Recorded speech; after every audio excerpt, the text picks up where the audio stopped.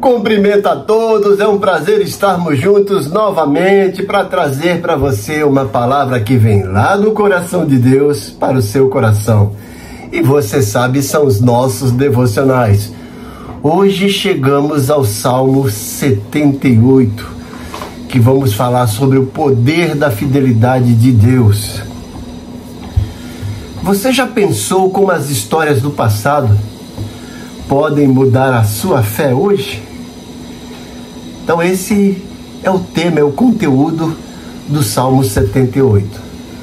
O Salmo 78 é um convite para lembrarmos das obras poderosas de Deus ao longo da história e aprendermos com os erros e acertos do povo de Israel.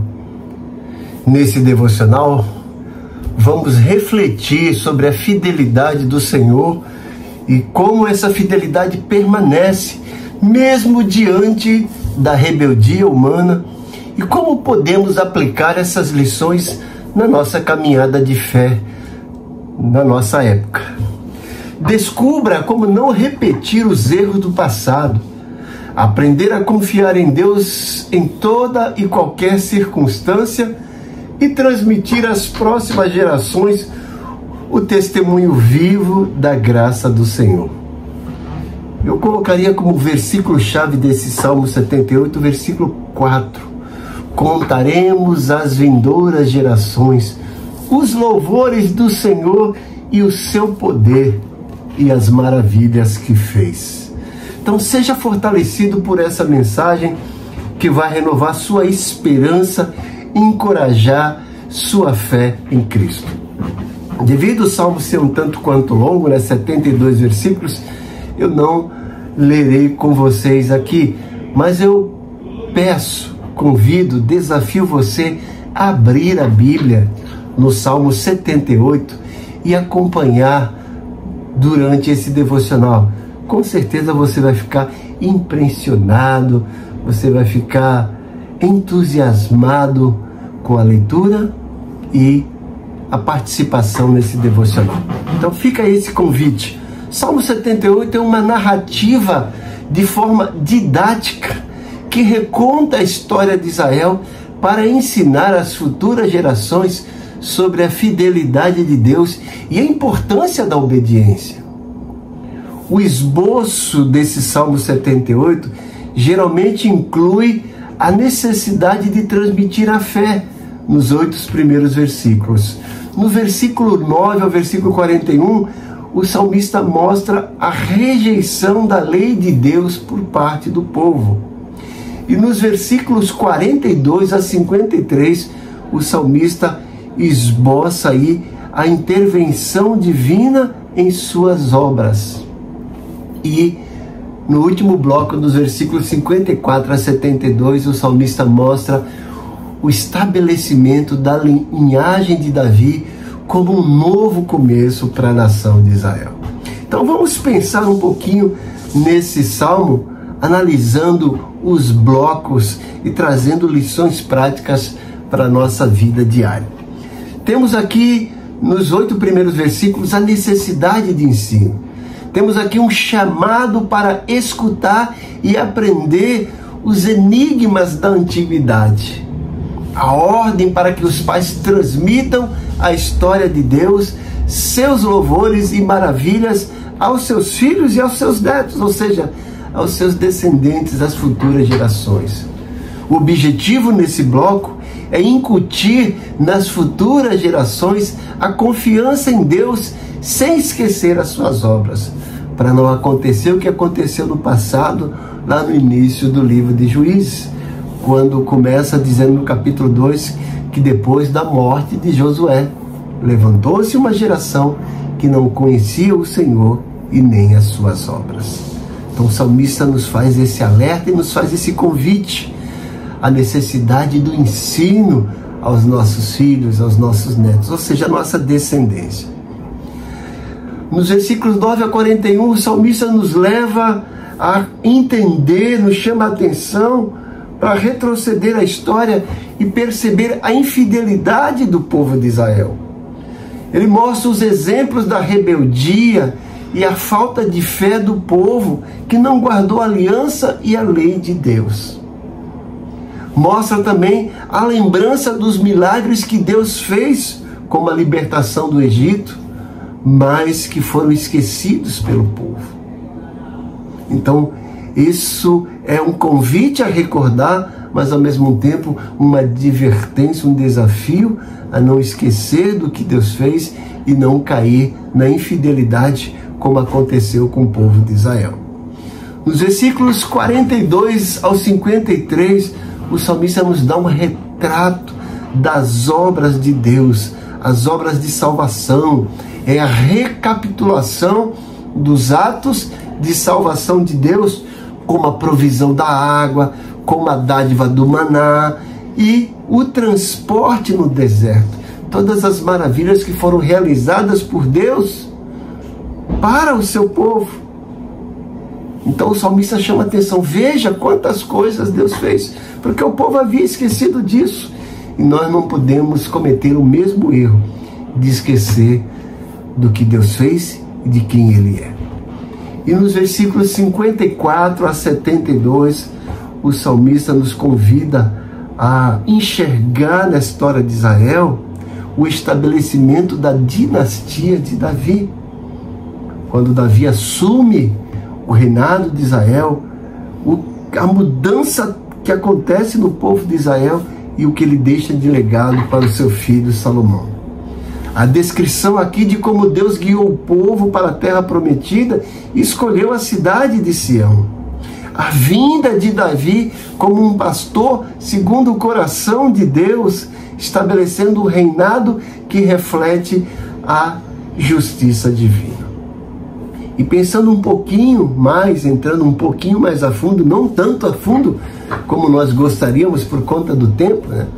Mas temos aqui um chamado para lembrar e ensinar. Isso nos leva a refletir a importância de transmitir a fé às próximas gerações, como o salmista esboça nos 8 primeiros versículos. E a aplicação é o legado espiritual, começa em casa, nos nossos lares. Vamos deixando o nosso legado com a nossa descendência. Depois o salmista nos faz um alerta nos versículos 32 a 39, mostrando as falhas de Israel. E mesmo com essas falhas, Deus demonstra a sua misericórdia. As falhas de Israel e as misericórdias de Deus. O salmista mostra a rebeldia humana confrontada pela paciência divina. Como Deus foi paciente com aquele povo que se queixava de tudo, que murmurava e que volta e meia tinha o Egito como uma lembrança, como uma memória recente. Tudo eles diziam, olha, seria bom termos ficado no Egito. Seria bom termos ficado no Egito.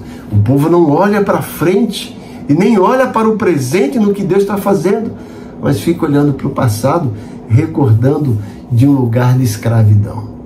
E quantas vezes nós cometemos o mesmo erro, mas diante de tudo isso, o salmista nos mostra a paciência de Deus, e essa paciência estava alicerçada na misericórdia dele. A aplicação é que Deus não desiste de nós, mesmo quando falhamos. Ele é paciente, Ele é longânimo, Ele é misericordioso. E aí no último bloco, no versículo 70 a 72, o salmista nos mostra essa fidelidade de Deus em escolher Davi como o rei para aquela nação. Isso nos mostra que Deus levanta líderes segundo o seu coração. E a aplicação para nós, nesses 2 últimos versículos, é que mesmo quando o povo erra, Deus cumpre seus propósitos. Deus permanece fiel à sua palavra, aos seus propósitos, à sua aliança, mesmo a despeito da nossa infidelidade, da nossa rebeldia. Com certeza vamos colher os frutos, mas Deus jamais vai abandonar os seus propósitos. Podemos confiar na fidelidade e no caráter de Deus. Mas quais são as aplicações práticas do Salmo 78 para cada um de nós nos dias de hoje? Primeiro, aprender com os erros do passado. Precisamos olhar para o passado, mas não para repetir os erros, mas aprender a não errar. Olha, isso não deu certo lá, com certeza não vai dar certo aqui. É isso que o salmista tinha em mente quando escreve isso, mostrando para o povo de Israel, a ideia aqui não era estar repreendendo, embora fosse uma advertência, mas era um ato pedagógico para ensinar, olha, não façam isso. Não voltem a fazer o que os seus pais, que os nossos antepassados fizeram. Não recriem isso nos dias de hoje, porque vocês sabem o que vai acontecer. Vocês já viram pela experiência alheia. Então, não cometam o mesmo erro. Então, é uma lição prática, didática, para aprendermos com os erros do passado. Outra coisa que aprendemos de lição prática nesse Salmo 78 é o nosso compromisso de ensinar os filhos e os netos sobre a fé, sobre Deus, sobre caráter, sobre fidelidade, sobre os propósitos de Deus em nossa vida que se cumprem. A despeito dos nossos erros, mas os nossos erros trazem sérias consequências. E outra lição importante que devemos aprender nesse Salmo 78 é confiar na fidelidade de Deus diante das crises. Não importa quais sejam as crises, suas dimensões e quantas, e as suas extensões, em todas elas nós podemos confiar na fidelidade de Deus. Se vem o mar, Deus abre o mar e a gente passa. Se há escassez de água, Deus manda água. Se há necessidade de alimento, Deus manda carne. Se vem inimigos, Deus dissipa, Deus derrota os inimigos. Deus está sempre disposto a cumprir os seus propósitos na vida daquele que é fiel e que tem um chamado, e que tem uma aliança com Deus. Então lembre-se disso. Deus tem uma aliança com você. Deus tem um propósito para realizar na sua vida. E Ele vai fazer de tudo para que isso se cumpra. Ele vai mover os céus, vai fazer a terra tremer para que o propósito dele se cumpra na sua vida. Então, não fique com o coração duro como ficaram o povo de Israel. Aquelas pessoas, abra o seu coração, confie na fidelidade de Deus mesmo diante das crises. E eu quero reforçar que o Salmo 78 é esse chamado à nossa memória espiritual. É um convite à oração de entrega e confiança em Deus. Então, olhe para o Salmo, reflita na sua vida. Foi por isso que eu pedi que você acompanhasse esse devocional com o Salmo 78 aberto para você apreciar mais.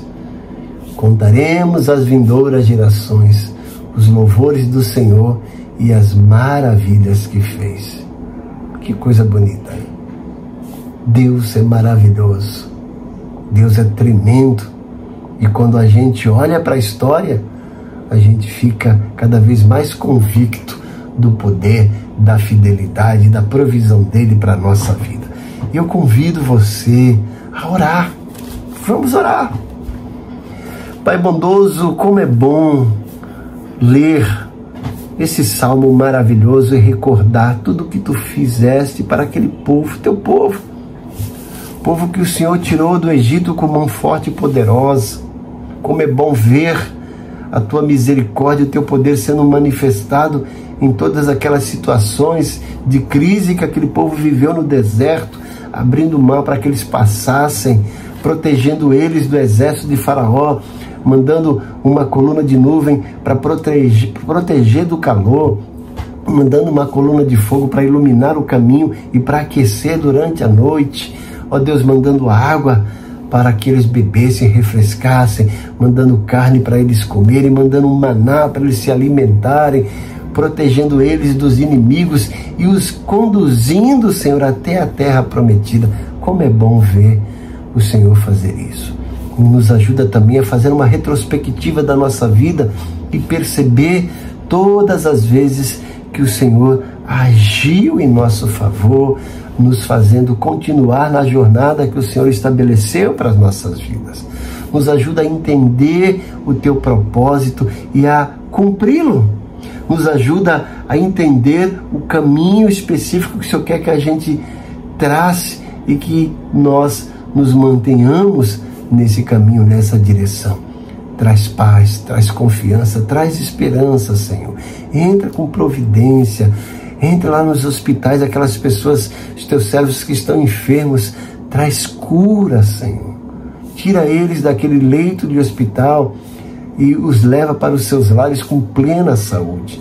Promove cura física e espiritual, cura emocional, traz esperança. Entra com providência na vida dos teus servos. Mostra o teu poder.